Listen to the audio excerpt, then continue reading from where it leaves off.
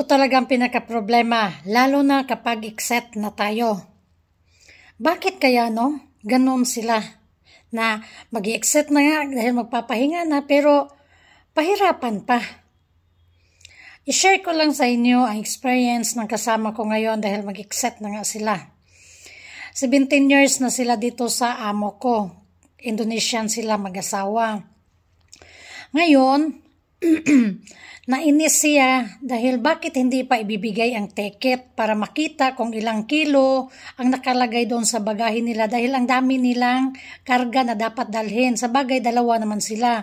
Pero buti sana makita talaga. Sabi ko, binigay na bang ticket sa inyo dahil gusto nga niyang makita kung ilang kilo ang nakalagay. Sabi ko, paano ko malalaman at kung walang ticket? Sabi niya, hindi ko ba daw alam? Sabi ko, hindi. Ang sinabi lang, meron na kayong ticket. Pero hindi ko rin nakita at hindi ko pa alam kung ilang kilo ang nakalagay.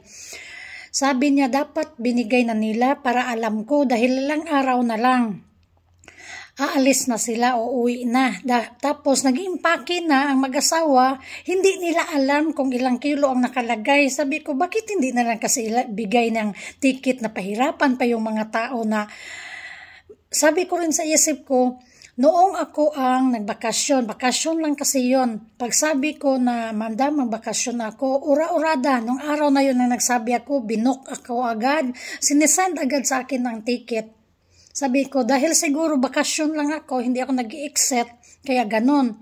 Dahil may experience din kami sa anak ni madam na exit na nga din siya. Biruin mo yung flight niya kinabukasan, ngayon binigay ang ticket niya, di nagkaundagaga na sa pag-impake, di ba? Hindi mo na alam, buti na lang, nakaready na siya na naibag na siya, may mga chocolate na siyang binili. Kanang nakahanda na siya ba? Kasi sabi ko, maghanda-handa ka na paunti-unti na mga dadalhin mo kay para hindi ka mabigla. Kasi yan nga ang ginagawa ako kahit bakasyon ako na malayo pa, nag-impake na ako, nagbibili na ako ng mga chocolate, inunti-unti ko na nilalagay ko lang sa rep. Nag-impake na ako ng bag, mayroon na akong bag. Kasi mayroong mga amo, lalo na kapag exit na, i-surprise ka. Ito na nga, i-surprise ka. Sila naman itong mag-asawang kasama ko, hindi sila sinurprise pero hindi binigay ang ticket hanggang ngayon.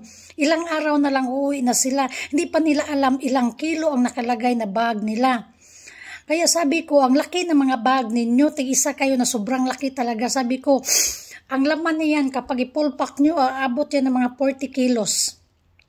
Lalo na kapag mabibigat, tapos bibili pa doon ng mga perfume. Sabi ko, wag na kayong bumili ng marami kay, nako, ang mahal pa naman ang kilo sa airport. Iwan ko lang sa kanila sa Indonesia, pero sa atin mahal 150 SAR, bawat kilo ata. Hindi lang ako sure kasi never talaga ako nakabayad ng over luggage ko sa airport. Dahil dito pa lang talaga kinikilo ko na yung mga bag ko.